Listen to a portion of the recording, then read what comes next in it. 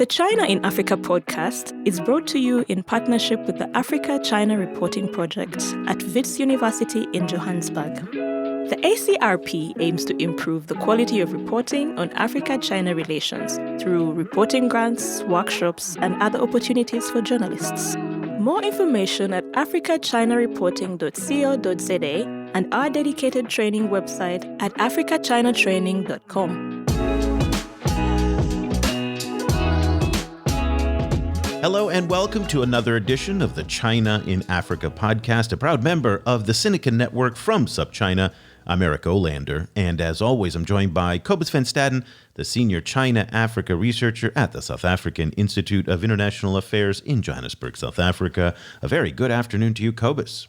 Good afternoon. Cobus, it has been a very busy last week and this week. Lots of news going on in Sierra Leone with a viral video that has just rocketed off. We're going to talk about that at the end of our show, so stay tuned for a little bit of discussion about that. Also, lots of news from the G7 summit. We're going to have two shows coming up in the next few weeks, one with Zainab Usman from the Carnegie Endowment for International Peace, and then also Shannon Tiezi, an editor at The Diplomat, to talk about that. We're looking for a Chinese scholar or guest. I have sent out I think I'm up to 16 invitations now, Cobus, and I have gotten no responses.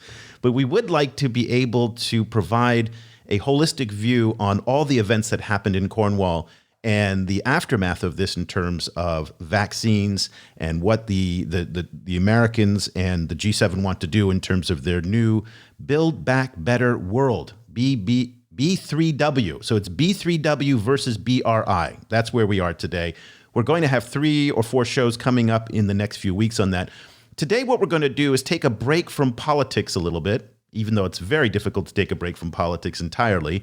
And we're going to focus on art, culture, and digital culture in specific, and this idea of the traditional view of soft power. Now, the United States has long prized itself as being powerful in that area. So American culture, American movies, Facebook, Twitter, that has been one area where the United States has really been far more dominant than the Chinese in a place like Africa. And it's a point of pride for American diplomats. When they talk about the United States, they will oftentimes bring up our music culture and our movie culture and whatnot. However, that lead may be starting to erode over time, in part because of the user behavior on media content consumption in places like Africa, just like all over the world.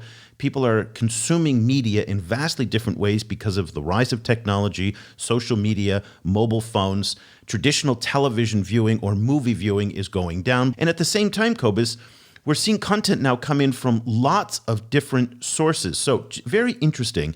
At StarTimes, which is one of the largest satellite TV providers based in Beijing, very, very prominent in Africa. They're one of these only Africa companies, much like Transsion as well.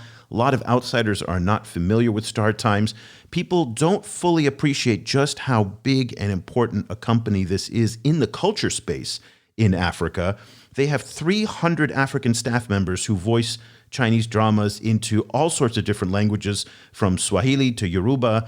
They have 20,000 episodes across 11 different languages, and now they serve nearly 10 million subscribers in more than 30 African countries. And each subscriber accounts for 4 or 5 people in a home. So the numbers are quite large as a pay TV operator. But more importantly, they're bringing in all sorts of new content that is actually gaining some traction, from sports to dramas to movies. And I think, Cobus, people don't fully appreciate that on the outside. Yes, I think in the first place, I think many people on the outside don't think about what Africans prefer to watch at all. Kind of Africa isn't discussed very much as a big emerging audience, whereas I think it's the last significant emerging market, for media. At the same time, I think people also don't take into account the kind of complexity of the media mix. Because in a lot of cases, it's not simply that StarTimes is pushing Chinese content, which they also are in large numbers, but StarTimes is also kind of a vector for many other kinds of content, including a lot of African content. And the kind of growing proportion of African content for African viewers and internationally is also something that should be taken into account. Now, while StarTimes has a Sino-drama channel just full of Chinese dramas, they also have a Kung Fu channel, but more importantly, Cobus, to your point that it's not just Chinese content or even African content, they are broadcasting Colombian dramas, the telenovelas, Filipino dramas, Korean dramas, and that in many ways is a lot like what the situation here in Southeast Asia is, where people are consuming content from all over the world. It's interesting that last year there was a very popular drama here in Vietnam from Turkey. And these dramas that are non-American in many ways and non-European as well, oftentimes play very well in more conservative cultures. They don't show a lot of skin. They don't have a lot of sex and violence. They have very short narrative arcs on them, 13 episodes oftentimes, so you can get through the story very, very quickly, and that people find that appealing. That's a traditional trait of telenovelas. And so it caught our attention when we saw an article on the Chinese website Sixth Tone. Can C-dramas find an audience in Africa? It was written by Chu Yang, who is a freelance journalist who writes about tech and digital culture in China. And she is based in Denmark's second city of Aarhus. Very excited to have you on the program for the first time. A very good afternoon to you, Chu. Good afternoon, Eric and Cobus. So, Chu, you follow tech and digital culture. You don't normally write about Africa per se, but there's an interest that you have in terms of seeing how Chinese culture and digital culture is exported and also what's happening in China as well. Tell us a little bit about what you found when doing the research for your story about Chinese C-dramas and whether or not they can find an audience in Africa. So when I did my research, a friend of mine came to me and asked me several web novel fantasy. And she asked me if you have read any of this.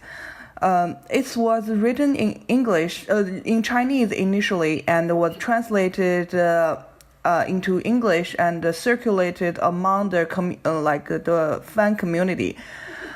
This Chinese, but I have never heard of this kind of a community or like this culture kind of circulated through internet. So I just found this quite interesting how a Chinese web novel was translated and into English and kind of spreads into like African audiences.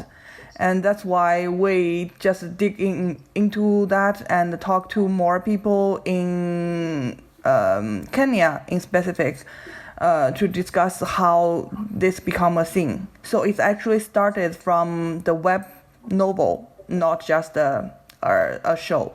So can you give us an idea about what kind of dramas are particularly becoming popular in Africa? Different kinds, like rom-com and other like Chinese old fantasy dramas, which I find more interesting because we might think for the African audiences, this is kind of dramas hard to relate, but they are really attracted to it. So what is it in the storyline that people find interesting? Because as you pointed out, I think a lot of people may assume that Chinese culture and various African cultures are so different from one another that a lot of people would find it unnerving to watch something that is so unfamiliar to them. But yet there is an appeal. And I do see that in the popularity of Korean dramas, for example, in many parts around the world. Korean dramas are popular here in Asia, but also in other parts of South America, for example, just in parts, not huge, but nonetheless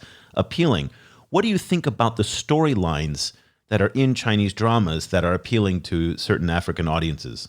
Actually, when we talk to the audiences like in Africa, they just think they can see the sweetness or like the love, especially the rom-com. They can find that kind of like a sweetness, we all can appreciate. So it's not rather about the storyline or like the background or the cultural thing they are not familiar. I think certain human emotions definitely like everyone can feel or can appreciate. You know, in looking at this kind of fandom, could you find whether this is mostly in cities or is it kind of like across rural areas as well? I guess that might be difficult to tell. Because everything started from internet or like the fan base the fan-based novel. So we're talking about probably like the young generation who are consuming their content from like social media or internet or like YouTube. That's how they get in touch with pop culture from other countries. So, Cobus, just before I left China for Vietnam back in 2019, it was, I had a chance to go to StarTimes' headquarters in Beijing, and I have posted this on my LinkedIn page and also on our website. I'll post it in the show notes, where I had a chance to kind of walk through their studios and to meet some of the hundreds of voiceover actors that are there. And it's really amazing how much localization they can bring just through the translation. And again, to see this in Yoruba, in Hausa, in French, in Arabic, and all the different languages that are there, Swahili, of course, as well, I think really adds to it. So it's probably popular both in the cities and in the countryside, given the broad reach that StarTimes has, but the localization really goes far. And Cobus, I thought of you when I was doing the tour because a lot of people assumed that Kung Fu, which is hugely popular still to this day, and there's a dedicated Kung Fu channel on StarTimes, would be the primary content that people like. But it turns out that, as we're hearing from Chu, it's rom-coms and these drama series that people also like. Cobus, you've done some research previously on Kung Fu in Africa and the appeal for that. That, I think, still remains strong, doesn't it? Yes, I think it remains strong. And many other kind of entities rolling out across Africa, including MultiChoice, a South African company, they always include a bunch of Kung Fu content in their in their palettes and it in their bouquets. I mean, and they it remains very popular, as does action film. So Chu, I was wondering, I was surprised at the prominence of some as you said, some of the older titles in there. Can you are there kind of traditional wuxia or kung fu kind of work also in that mix? One of the series I mentioned in the story is the Untamed. So it's very like newly kind of made, kind of like a wuxia, if you really want to call that. But I do think it's belong to another genre, like a fantasy novel, which started from the internet. So I do think this might be a generational thing, like a generational gap here. People consuming content from traditional media like TV, they are probably more into Kung Fu or wuxia series. But for the younger generation who consuming their content from say YouTube, like social different kind of social media, they might consume Chinese dramas on the internet. So that's mainly so the tech company in China are the main force are pushing what are getting popular. So this might be a different from what we can see on TV. And if you're not familiar with the show Untamed, it dates back a couple of years. It's been around for quite some time.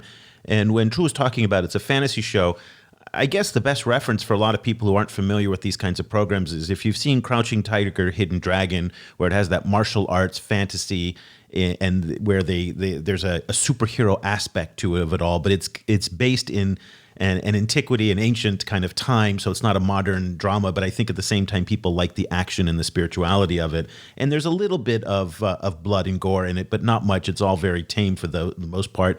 StarTimes is featuring the series on its Sino drama channel, and it's gained quite a bit of popularity, and again, translated into Kiswahili as well, so that makes it very interesting. Very quickly, before we move on to some of the digital trends and tech trends that you're following in China that we might think could come out of China and would apply to other countries around the world, we really want to talk about sports as well, and you didn't include this in your story, but it's another thing that I've been following quite a bit during the Chinese Super League season that comes up. Now, Chinese Super League, which is known as CSL, is broadcast now on StarTimes. During the regular season, they broadcast 2 matches a day. And it's gained quite a bit of popularity in part because a number of either very young African players who are just starting out their career are starting in China at the CSL, or they're taking aged players into the Super League who coming out of the European leagues, and they're getting one last shot, making a whole bunch of money and playing in China as well. But that's starting to draw some audiences to StarTimes and to the Chinese Super League. And again, there's one person in particular who I want to draw attention to. Her name is Barbara Banda. She plays, she's from Zambia, and she plays in the CSL. She won the Golden Boot last year. Both men and women who won the Golden Boot were from Africa. So that is helping to raise the profile of Chinese football or soccer in Africa. Did sports ever come across your research when you were talking to people about the popularity of, say, Chinese football? We mainly focused on the C-dramas and pop cultures, so we didn't really talk too much about sports. I think that might be something else. Well, let's now turn the attention to China, which is where you spend most of your time looking at. You were a longtime reporter at Caixin. You're obviously from China. You follow digital and tech trends there. You live outside of China today. You focus on global tech and culture as well. What are some of the trends that you're seeing in China that you think might actually come out and be used in other parts of the world in places like Africa? I think something definitely worth noticing is like how the tech company are being a really important force kind of promoting Chinese culture, especially like Chinese pop culture all over the world. Because when we talk to some of the like a production company for the Untamed, we're asking them their strategy in Africa, but they don't really have any like a promotion strategy there. They have like their global strategy to push their contents or to generate contents all over the world to fit more into the international audiences. So I think this is definitely a trend, like to see how the production company or like how the internet company like iQiyi, they are having a channel on YouTube, and other big like Chinese video streaming companies are all trying to go global. I definitely think this is a trend. So iQiyi is kind of like a Netflix meets a YouTube, but it's mostly a Netflix where it's pay-per-view. You get subscriptions. They've just launched an Arabic service, and they're expanding internationally. I think they're into something like 7 to 8, maybe even 10 languages. Not huge in Africa yet, but they are trying to get for local audiences here in Southeast Asia and now in the Persian Gulf and Middle East. So those Chinese tech companies may in fact be the face of the content that Chu was talking about. Cobus? I was wondering if you're seeing kind of increasing kind of enthusiasm around Singles Day as both as a shopping holiday and as a kind of a media, kind of window. We've seen in China, some dramas being particularly romantic dramas being popular, among others because they're released around that time. And we've also seen Singles Day being like starting to take off a little bit in Africa as a shopping holiday. So do you see Chinese companies promoting that internationally? Mainly, I think like I don't think they have like a really clear strategy, like particularly targeting each region. From what I have heard, they are just having like going international, and they use like the international as the whole concept to make their plans. So I don't think like they try to kind of like targeted international audiences like at the way they did at home. But I do think they come up with they try to including more like sources or like authors from all over the world into their production process. I think this is their approach. Well, we were starting to see some Singles Day ads in Zambia, and AliExpress is now becoming more popular in South Africa. There was a little bit of branding in South Africa for Singles Day 2020. For those of you, again, not familiar with Singles Day, we've talked about it a couple times over the past year. It is this enormous orgy of shopping and consumerism where something like $30 billion is sold within a 24-hour period. I mean, it's some ridiculous number.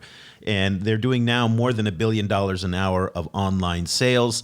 And Alibaba has been trying to bring that now into places like Southeast Asia. So Alibaba owns Lazada here in Vietnam and throughout the ASEAN markets.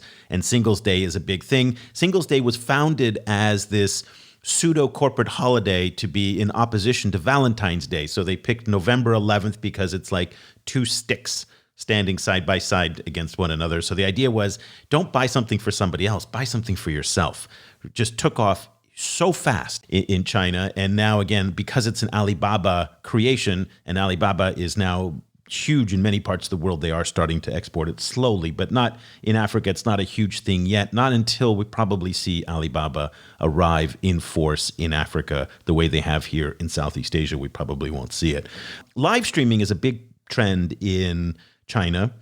It's done in all sorts of different ways in terms of selling things. They do it for sports. They do it for these celebrities who are just known for live streaming. They have these live streaming farms where basically they find somebody who's cute, put them up, they get an audience, they earn money from that. People give them tokens and they give them all sorts of different types of rewards that they can cash in for cash. And then their popularity drops, they get pushed out, and there's a new person coming up. Do you see this live streaming trend that's so huge in China gaining traction in other parts of the world? So actually, when you talk about live streaming, it just came to me like on Taobao or somewhere or like a TikTok. They have this thing like having like people from Africa showing signs. But that was highly offensive. That was so, just to kind of bring everybody up to date, what people were doing, and this was a couple of years ago, Taobao, which is the giant shopping mall owned by Alibaba as well, people would pay money like $1 or $2, and there was these unscrupulous assholes in Africa who were Chinese, and they would then hang signs or put signs up in Chinese, whatever the person wanted to say. So it could be happy birthday, mom, and then African children would hold up these signs in Chinese. Other times they said awful, discriminatory, racist things against black people, and it was just shocking. It was just shocking. Alibaba finally did crack down on it, but it took them a long time. So I'm sorry I interrupted you. I just wanted to explain what that was so people knew the context. Yes, but like when you talk about like this pop up my head immediately. Yeah, it was that was shocking. But again, that's not where I think this is going. My guess is where this is going is more, again, towards the Chinese online culture, which is very unique from the outside online culture. Again, help us understand what is distinctive about the Chinese online culture that you're not seeing in Europe or in other parts of the world that you think, again, might be exportable to other parts of the world, if any, maybe not. Maybe there isn't anything. China's so unique that it just doesn't apply anywhere else in the world. Okay, actually, the first thing that came to me is like the web novel community. It's quite a huge thing, like within China, and I didn't expect like the Chinese pop culture could export to other countries in this way. Well, tell us about it. Is that where basically people write their own stories, or how does it work? Like it's both. It's sometimes like people write their own stories, or sometimes it's just like the fantasy novel based on, I don't know how you call that, but like just like Untamed. It's people just wrote their own story, and it's just got popular. I think it's the way I understand it, it became popular in Japan as well. It's a kind of a form of writing, like almost a kind of a crowdsourced form of writing where people bypass publishing houses, and these kind of novels start gaining popularity online. Like there's been several of them in Japan where they then ended up becoming kind of adapted for screen, for example, and so on. Do you see do you see particular successes in particular genres on the online novel? Is it something, because I remember in Japan, like there was a particular popularity around romance novels, and particularly kind of genres aimed at young women, that those really took off. So do you see similar kind of trends in China? The trends in China, I think, like first of all, the fantasy, of course, like Untamed, but also like a BL. I'm not sure if you're familiar with this arbitration. It's a boys' love, basically like the love story between two guys. Yeah, kind of romanticized gay romance. Yeah. Yeah, For women readers frequently. I think mainly by women and for women. It has like a sparked quite heated discussion in China. Yeah, like that's a very interesting genre for me. It's it's very popular in Japan, and we see kind of one sees it kind of like popping up in in Korean stuff as well. But that's not going to make it to Africa, though. I mean, right? Given the views on homosexuality in many parts of Africa. Well, yeah, kind of Africa is really, like, parts of Africa is really homophobic. But it is interesting also that there's also, like, how to put it, like, those kind of limits are being pushed against in Africa, I think, kind of in different countries, even as particularly West Africa remains incredibly homophobic. So, so you're seeing a lot more kind of push from South African creators, for example, around those themes. But yeah, like, kind of, I think it's less the particular theme that I think makes it, like, opens us up to Africa rather than the accessibility and the kind of crowdsourcedness of the actual content. Well, that brings up an interesting point about the crowdsourcing and the role of the audience. And one of the most exciting things about the Chinese content market that is in many ways unique is how people support the content that they want, because there's WeChat in China and it's so easy to give somebody a micropayment. So a lot of independent content creators can make very good livings in China. Okay, China is a huge market, so the scale does matter. But because of the ease of giving 5 cents, 10 cents, 15 cents to somebody after you read an article or watch their video or listen to their podcast, has really created an independent and independently financed content creation community. And now, as mobile money is coming into Africa with Telebirr in Ethiopia, obviously with M-Pesa in East Africa, and then now the new MTN, Alibaba or Alipay back system that's coming into Southern Africa and on the MTN network, one can hope that maybe independent content creators can borrow some of this culture and this method of paying for content. Talk to us a little bit, Chu, about what you're seeing and how that works in terms of how people pay for content in China, which is very different than it is in other parts of the world. You have mentioned like WeChat, but there are also like the web novel community, like a website where people can register and just pay on the website, like Jinjiang or 起点. Not sure if you're familiar with it. No. That's the main kind of the base where people share and like write and share contents like web novel. And now, because of the censorship in China, people are moving to other websites hosted overseas to escape the censorship. Yeah, I think this model I think has some promise in Africa as well, particularly because it's difficult for writers to get published in Africa, obviously, and it's books are expensive, so it's frequently ways I think that young authors can find ways, kind of audiences for their work. Do you think people would pay? I think that's a harder thing for me to predict. I think maybe yes, but yeah, it's difficult for me to say. Yeah. Chu, you brought up the issue of censorship. Maybe we can dive into that a little bit. That's a very hot topic right now in Nigeria, given that the Buhari administration has taken Twitter offline. Lots of conversations about the fact that over the past 6 years or so, at least 30 African countries have either censored or shut down or regulated social media to some extent. So talk to us a little bit about some of the censorship trends and what people are doing to circumvent the Great Firewall and some of the restrictions that are there to regulate speech and to enforce compliance. Of course, China is well known for its censorship for many years.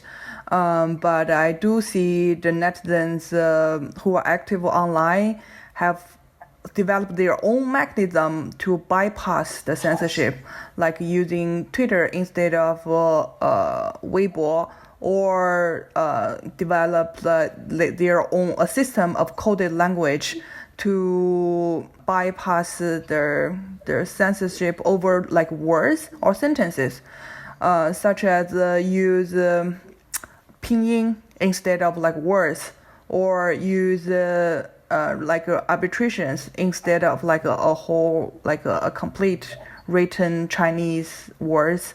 Like if you want to talk about like being patriotic, like 爱国, maybe people would just write like AG. So it's this code, and the code it's intended to circumvent the bots and the algorithms that are there to try and suppress the speech. Yeah. And you can see this like happen a lot on like TikTok, the Chinese version of TikTok, like Douyin or Kuaishou. The live streaming, they have like even more strict censorship than the other, like Weibo or Douban. Cobus, we used to think that this censorship in China was extreme and in many ways was the exception. I think what Nigeria has told us is that this is a very real situation in many parts of Africa. And given the fact that the Buhari administration just shut down Twitter, but as we talked about in a previous show, a line has been crossed. And maybe Twitter gets reactivated again, but it will be easier to turn that off later on. But these censorship issues now are much more pertinent in Africa. Yeah, it's kind of true. I agree with you, and it looks like it's not just China isn't only exporting the censorship itself; it's also exporting the ways people are getting around the censorship. I think because so frequently this kind of censorship isn't just as we see in China a lot. It's not only cracking down on political speech; it also cracks down. It has a kind of a moralistic aspect as well. So it cracks down on other ways that people express themselves as well. Like we've seen, for example, kind of a lot of anti-feminist kind of crackdowns. Kind of hitting people who organize for women's rights online in China. And I think that it's a similar kind of process where it's not only the censorship that's exported, but also some of the ways that people get around the censorship. I wonder if you could talk a little bit just about like how gender issues in China are changing. We seeing obviously there's a lot of kind of gender discussion in China. There's a lot of talk about gay marriage in different parts of Asia, for example. It's like the issues around the number of children people are allowed to have, like anxieties around the kind of gender split, men and women, the number of men and number of women in Chinese society. So I wonder, like, where is kind of discussions around gender standing in China at the moment, and whether you see any of that being exported as well? Okay, this is also something around the C-drama. So we can see like some of the Chinese dramas are getting popular in Africa, but interestingly, some of the the main character was criticized within China because it's a really stereotypical gender role it tried to promote. But like now within China, people are doubting how women are portrayed within this kind of dramas. They don't want to be portrayed like a sweetheart or like knowing nothing, but just kind of want to fall in love or have a romantic relationship. Women in China doesn't want that, but somehow we find it interesting. It's still kind of popular in Africa. So my friend are saying like in Nigeria in Kenya or other Africa countries, probably the gender role is still quite traditional, or maybe feminism is not that well discussed. But I'm not sure about the Africa side. Well, even in China, it varies dramatically depending on the region and where you are in terms of gender roles. Obviously, Shanghai and the Tier 1 cities have certain more progressive views, and then inland is very different as well and much more traditional. Oh, yes. But I just say like around the dramas, there will have some kind of like a public debates about the gender roles, or like or something are being criticized, or like in untamed, people are discussing like how the production company portrayed as some kind of soulmate instead of just calling it like homosexuality. The article is Can C-Dramas Find an Audience in Africa? It was written by Chu Yang. You can find it on the Sixth Tone website. Sixth Tone is a English language Chinese website that is still controlled by the Communist Party, but more progressive than most of the Chinese content sites that are out there. It's one of the more interesting ones, and I do recommend it if you want to get a sense of some of the goings-on, especially in places like Shanghai. It was written again by Chu Yang, who's a freelance journalist who joins us from Aarhus in Denmark. Thank you so much for taking the time. We really appreciate it. Thank you. Nice talking to you, Eric and Cobus. Cobus, we were a little bit all over the map in that discussion, and I think that's what makes this topic so interesting, is that you can't just talk about content without also talking about the ways that people consume it, the ways that it's financed, the technology. All of that comes together. And what's also so interesting is that embedded in all this content are new values. So she was talking about the gender roles, which are different, and also these, not quite as you pointed out, these issues on homosexuality. So it's gay, but it's not maybe all the way gay in that sense, as you talked about, that it wouldn't necessarily cross a line that offends a lot of cultures. That pushes the boundaries as well. And I think that's what's so interesting about this cross-pollination on content, which ultimately does lead to some kind of soft power, maybe not in the political context, but certainly I think this kind of content, whether it's in sports or dramas, can also help to kind of ease the tensions that sometimes exist between Chinese and many Africans. I think so, or I think that is a possibility, but I think it's also important to take a bunch of complications into account. So, like one of the issues I think is that the kind of content provision landscape itself is changing very rapidly. So so as we mentioned, like a lot of these Chinese platforms, once they're in Africa, and this is particularly true for StarTimes, once they're in Africa, they end up like distributing a lot of African content, and so the kind of rise of African content, in Africa is one story, and then the rise of African content in the rest of the world, the rise of Africa as a content exporter, I think is a kind of underviewed issue, which I think is really interesting, and it'll be very interesting to see whether any Chinese entities get involved in that part of it. Like we've seen Netflix has been a really kind of a very enthusiastic early adopter of that work. So, for example, there's a series called Blood and Water, which was made in South Africa, that became number one on Netflix in 50 countries.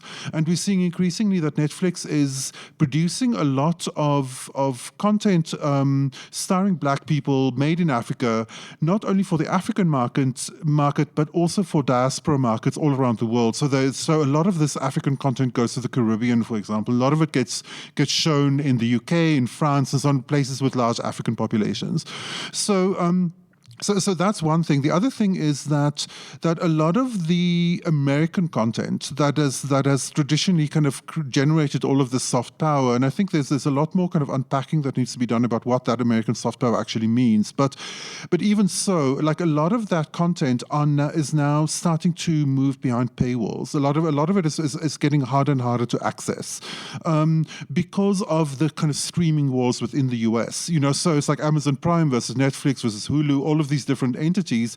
Most of these entities have not given a single thought to distributing in Africa, which means that there's an entire kind of gray economy of illegal kind of streaming happening, but that itself is kind of under siege, and it's increasingly kind of getting really difficult for Africans to get new American content, which I think diminishes American soft power in this respect, especially when you consider that they're up against not only a bunch of Chinese stuff, but like also Chinese and other entities that just stream like, South American stuff, Korean stuff, like a lot of that. So I think that plus the fact that so much of the kind of large scale American work is now very franchise focused, kind of like focusing very much on like the Marvel universe, for example. That obviously, in among young people in cities, there's a following for that, but it's increasingly, the American content is facing a more crowded marketplace, and I think with it also a more crowded soft power marketplace. That being said, I'm not convinced that China will necessarily fill that void left behind from all the content that's behind the paywalls, because in many respects, the Chinese content has become much more bland because of the censorship and the political objectives and socialism and the objectives that they have tied in with that. So the romantic comedies make sense that would be something appealing because it doesn't touch on politics at all. Kung Fu, another category. Chinese Super League, I also agree. All of those have some potential, but anything that touches on to politics or it's something that I think does limit its appeal to international audiences, in part because the censorship and the key objectives of the Communist Party become very transparent in what they're trying to do. Again, like Wolf Warrior 2, it doesn't really appeal to an audience outside of China. It's just this is content made for a Chinese domestic audience, and we're seeing this over and over again that they are also under very strict political guidance as well. Yeah, and I mean, that is obviously highly politicized content. Nothing, like few things are as politicized as Wolf Warrior 2. But the thing is that's a kind of politics that only makes sense within China. So it starts feeling a little bit obscure. Kind of once one is outside of China, seeing it as a non-Chinese person. It's so clearly only directed at or that kind of messaging and communication is so clearly like exclusively directed at a Chinese audience. I think to a certain extent that's true for American stuff too, kind of because in the end it does American, when American content touches on politics, they touch on American politics, and so it doesn't necessarily reflect directly on Nigerian concerns. That said, stuff like Black Lives Matter, stuff like LGBT related content and so on, those are transnational political issues. And it's then very interesting to see how they show up. What we've seen in South Africa is like several of my friends work in production in South Africa, and they have complained that there's really a big market for LGBT related storylines in South African, in South African shows, but they have to cut those once it gets sold internationally. So particularly once it gets sold to West Africa, because West African, kind of there's a kind of high level of hate, in West Africa. We recently saw, for example, an LGBT community center in Accra being closed down, kind of after protracted kind of hysteria in the Ghanaian parliament, so that kind of thing. There is this kind of like very kind of knee-jerk hating against LGBT stuff in parts of Africa, but that's not true in South Africa. Okay, I want to, before we go, just address this viral video that took off last week out of Sierra Leone. Nothing to do with the topic that we talked about today, but just so big that we have to address it. I'd love to get somebody on the show who can talk to us a little bit more about it, but I do want to kind of bring it up here, So what you're hearing here is a Chinese employee at an iron ore mine, the Tonkoli iron ore mine. There was a safety inspection by the Sierra Leone Mining Association that was unannounced.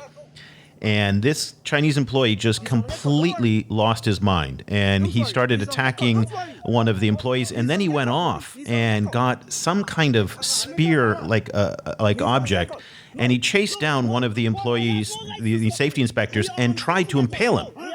And this was all caught on video, and not surprisingly, this thing took off like a rocket on social media. So let me just give you a TikTok on this, very quickly. So it kind of came out on Monday or Tuesday of last week, and didn't really get a lot of play outside of Sierra Leone media. Started to then by Wednesday or Thursday get a lot more play in African social media, and then over the weekend just got a fuse lit under it when none other than rap superstar Snoop Dogg, he put it on his Instagram, and by the recording of this show, it's more than 7 million views. So this thing became huge. What was interesting about the whole thing that happened, because in the past, if you recall, from last year, when these social videos started to appear anytime they came up in Kenya. Or remember, in Kenya, there was an instance of a restaurant owner beating an employee. We also saw this in Guangzhou when there were instances of social videos that came out of African residents and black residents being poorly treated in Guangzhou and discriminated against in Guangzhou. Never was there an acknowledgement by any Chinese stakeholder that what had happened was both wrong and an apology.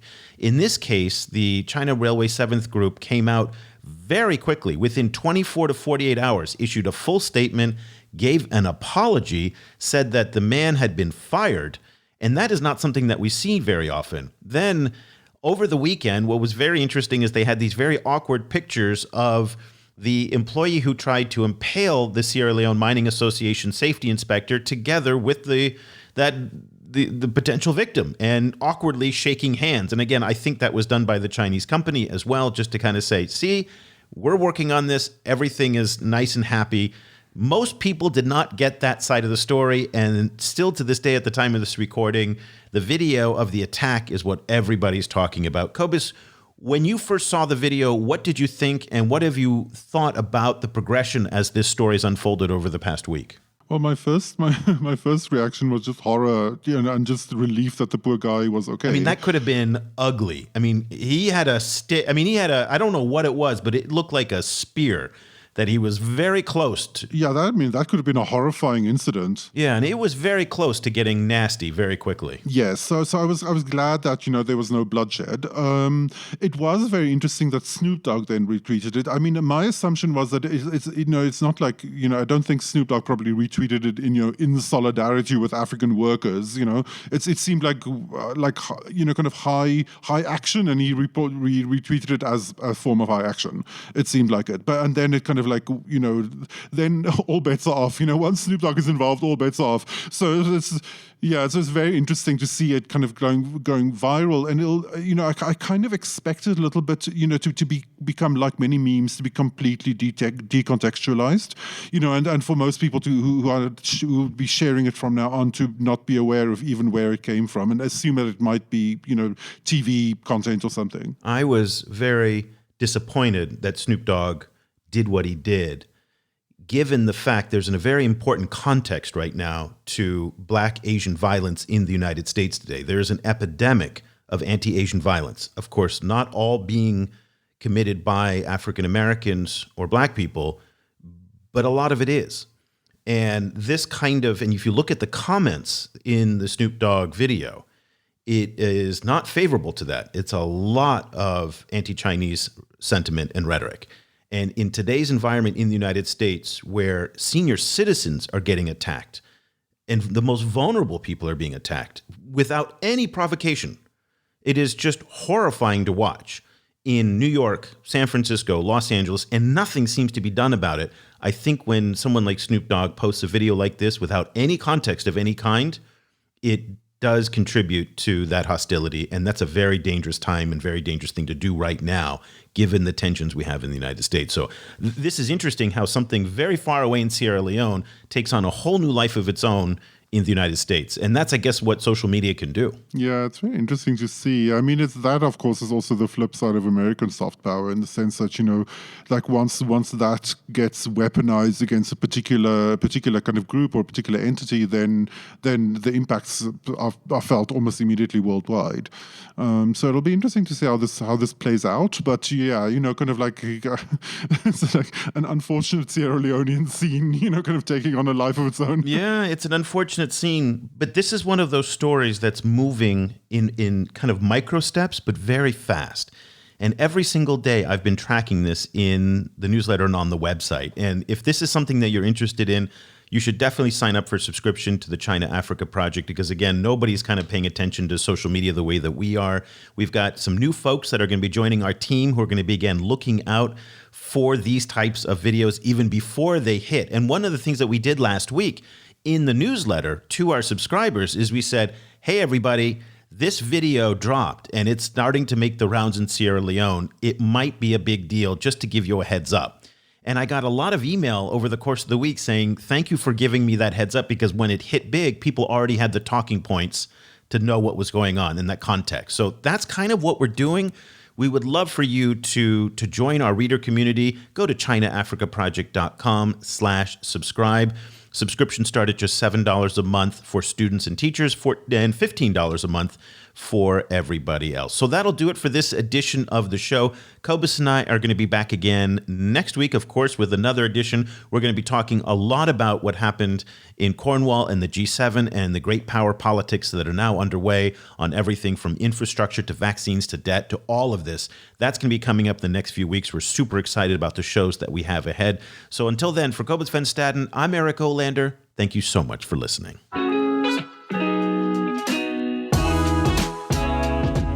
The discussion continues online. Head over to facebook.com/China Africa Project to share your thoughts on today's show. Or follow the guys on Twitter. Eric's at Iolanda, and you can find Cobus at Stadenesque. For more information about the China Africa Project and to sign up for our free weekly email news brief, go to chinaafricaproject.com.